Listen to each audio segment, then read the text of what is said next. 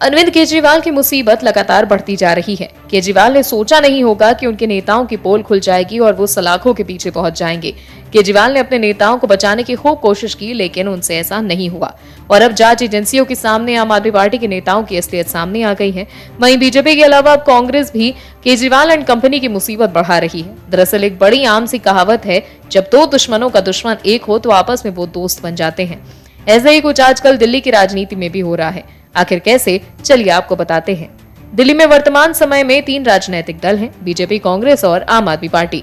एक समय में कांग्रेस बड़ी ही संभल कर आम आदमी पार्टी पर राजनीतिक हमले करती थी, लेकिन अब समय के साथ परिस्थिति बदल गई है और अब कांग्रेस खुलकर आम आदमी पार्टी पर हमलावर है, क्योंकि कांग्रेस को पता है कि अगर कांग्रेस को इस बदले राजनीतिक परिवेश में अपना राजनीतिक अस्तित्व बचा कर रखना है तो आम आदमी पार्टी का अस्तित्व खत्म करना होगा। इसीलिए कांग्रेस ने भी अब उपराज्यपाल से नई मांग कर दी है, जिसे उपराज्यपाल ने मान भी लिया। आखिर क्या है वो मांग, चलिए आपको बताते हैं। शराब घोटाले को लेकर घिरी आम आदमी पार्टी सरकार की मुश्किलें कथित जासूसी कांड को लेकर भी बढ़ सकती हैं। फीडबैक यूनिट यानी एफबीओ की ओर से नेताओं की जासूसी कराए जाने वाले आरोपों पर कांग्रेस पार्टी एनआईए से जांच चाहती है।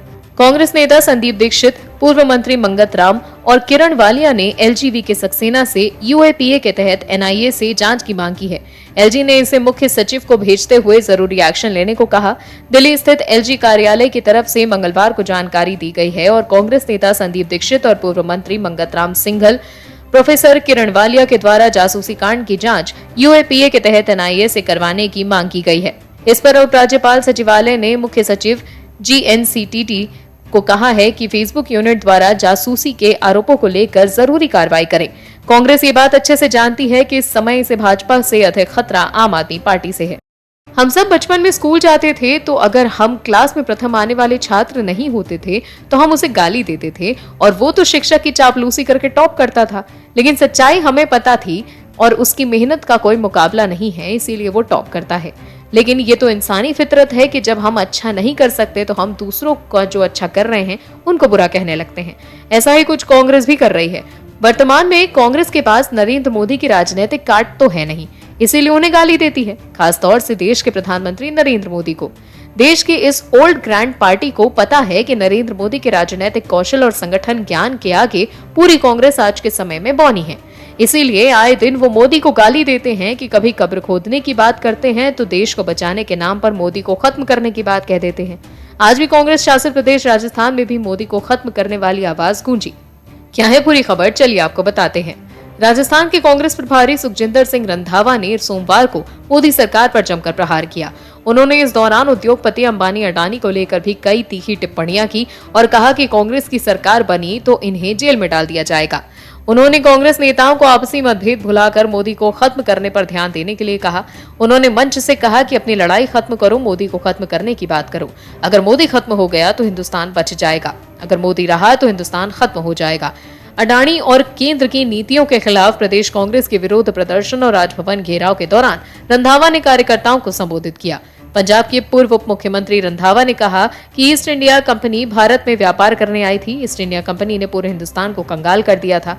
मोदी अडानी को ईस्ट इंडिया कंपनी बनाकर हिंदुस्तान में लाया गया है। हिंदुस्तान का सत्यानाश होगा। दोबारा हिंदुस्तान गुलामी की तरफ बढ़ रहा है। हम पंजाब में रहते हैं, आपका भी बॉर्डर है, हमें पता है कि पाकिस्तान क्या कर रहा है, चीन क्या कर रहा है। मोदी कहता है कि घुसकर मारेंगे, वो तो हर दिन आ रहा है। कैसे करना है ये अडानी तय करता है, मोदी नहीं तय करता। प्रधानमंत्री नरेंद्र मोदी पहले ही कह चुके हैं कि विपक्ष जितना उनको गाली देगा, जनता उनको उतना ही मजबूत करेगी। ऐसा हमने पूर्वोत्तर के राज्य में देख भी लिया।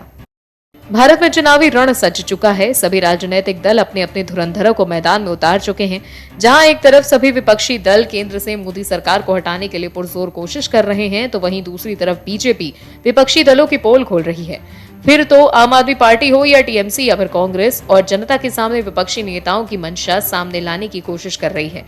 जहां एक तरफ देश की सबसे पुरानी पार्टी कांग्रेस अपनी बिसात बचाने के लिए भारत जोड़ो यात्रा जैसी यात्राएं निकाल रही है, तो वहीं दूसरी तरफ कांग्रेस के राजकुमार राहुल गांधी अपनी पार्टी को डुबाने में कोई कसर नहीं छोड़ रहे। आपको बता दें, राहुल गांधी के लंदन में दिए गए बयान पर हंगामा बरपा हुआ है। सत्ताधारी दल बीजेपी ने राहुल के बयानों की जमकर आलोचना की और अब संसद सत्र शुरू होते ही बवाल खड़ा कर दिया। बजट सत्र के दूसरे चरण में संसद का सत्र सोमवार शुरू हुआ। लोकसभा और राज्यसभा दोनों सदनों में बीजेपी सांसदों ने कार्यवाही शुरू होते ही राहुल गांधी के बयानों को देश विरोधी करार देते हुए उनसे माफी मांगने की मांग की। बीजेपी सांसद अपनी इस मांग को लेकर दोनों ही सदन में अड़ गए। हालांकि कांग्रेस पार्टी ने कहा कि राहुल गांधी ने ऐसा कुछ भी नहीं कहा जो देश के खिलाफ हो, इसीलिए उनकी तरफ से माफी मांगे जाने के सवाल ही नहीं उठता। माफी मांगो नहीं मानेंगे कि खींचतान में दोनों सदनों की कार्यवाही 2 बजे तक के लिए स्थगित करनी पड़ी। सत्ताधारी दल के हंगामे के खिलाफ राज्यसभा के सभी विपक्षी सांसदों ने विजय चौक का रुख किया और फिर सरकार पर तानाशाही का आरोप लगाया। ऐसे में सवाल उठता है कि क्या राहुल गांधी ने सच में कुछ गलत कह दिया जो उन्हें नहीं कहना चाहिए था। ये सवाल खास तौर पर इसीलिए ज्यादा महत्वपूर्ण हो गया क्योंकि गौतम अडानी की ग्रुप कंपनियों पर हिंडनबर्ग रिपोर्ट में से जो सरकार विपक्ष के हमले झेल रही थी, उसी को अब राहुल गांधी ने जोरदार हथियार सौंप दिया है। आपको बता दें, राहुल गांधी पिछले हफ्ते लंदन दौरे पर थे। उन्हें कैम्ब्रिज लेक्चरर का निमंत्रण मिला था।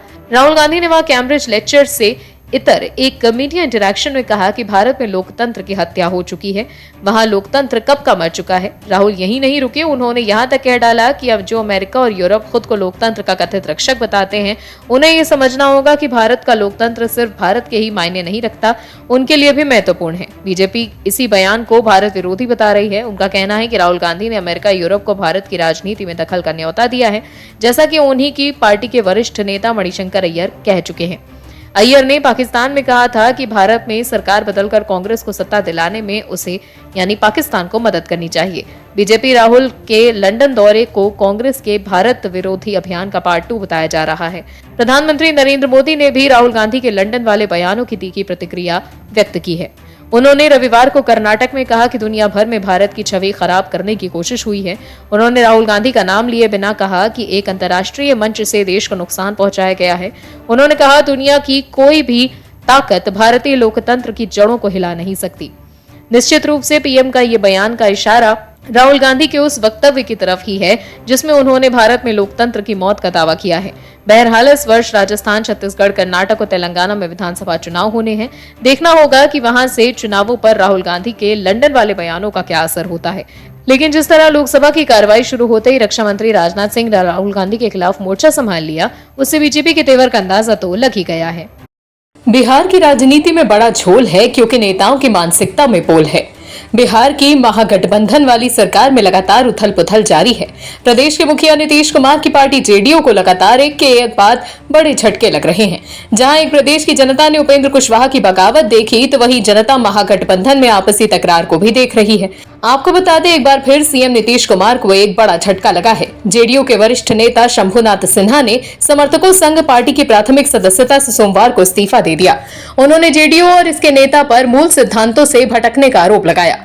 आपको बता दें, कुछ दिन पहले ही जेडीयू की पूर्व सांसद मीना सिंह ने भी पार्टी से इस्तीफा दे दिया था। रविवार को मीना सिंह ने अपने पुत्र विशाल सिंह सहित सैकड़ों समर्थकों के साथ भाजपा का दामन थाम लिया।